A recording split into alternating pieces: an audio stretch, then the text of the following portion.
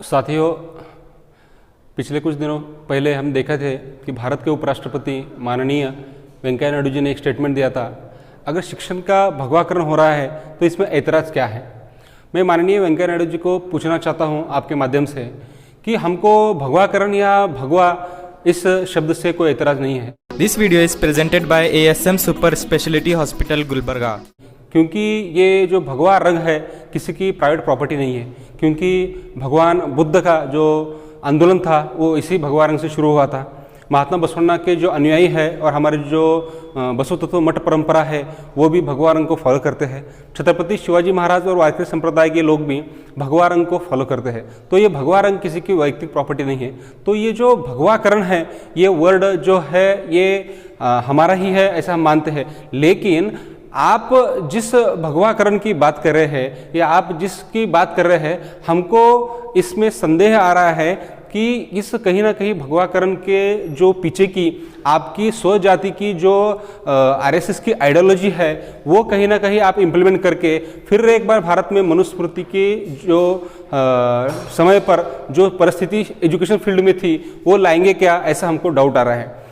हमको संदेह आने का ये भी कारण है कि आपने कहा कि अंग्रेज़ों के जो ज़माने में जब एजुकेशन था उस एजुकेशन की वजह से भारत की जो दुर्दशा हुई है। तो मैं आपको पूछना चाहता हूँ, अंग्रेज़ से जब पहले भारत में जो गुरुकुल परंपरा थी वह या इतर शिक्षण की परंपरा थी, उसमें भारत में सिर्फ गिने चुने सवर्णों को शिक्षण का अधिकार था।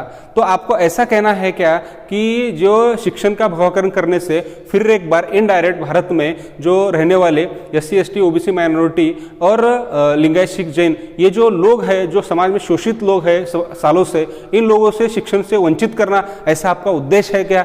ये भी हम इसके बारे में हमको सोचना चाहिए।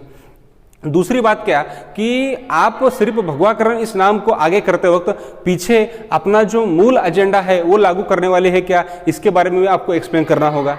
और तीसरी और सबसे महत्वपूर्ण बात, एजुकेशन और हेल्थ सेक्टर में जो आप हमेशा बोल रहे हैं कि इसको हम क्या करेंगे, सिर्फ भगवाकरण करेंगे, तो ये भगवाकरण शब्द आप यूज़ कर कहीं ना कहीं भारत में जो हज़ारों सालों से शोषित वंचित लोगों को संविधान ने हमको हक का अधिकार दिया कि पढ़ने के एजुकेशन लेने के लिए, तो उस संविधान को रिप्लेस कर आप कौन से हमको हक और अधिकार इस मॉडर्न ज़माने में देने वाले हैं, उसके बारे में भी चर्चा होनी चाहिए। तो इसके लिए आपको जो ये भगवाकरण करने वाले हैं ऐसा बात बोल रहे हैं, तो इस भगवाकरण करने वाले जो बात है उसको जो आप ब्रीफली एक्सप्लेन करना और हमको जानने में इच्छुक है कि आपका कॉन्सेप्ट क्या है, कि आपका कॉन्सेप्ट हमको जानने की इच्छा है। इसलिए मैं आपके माध्यम से पूछना चाहता हूं कि आपने जो परसों स्टेटमेंट दिया, तो उस स्टेटमेंट का भगवाकरण का अर्थ क्या होता है, ये हमको जानने की इच्छा है।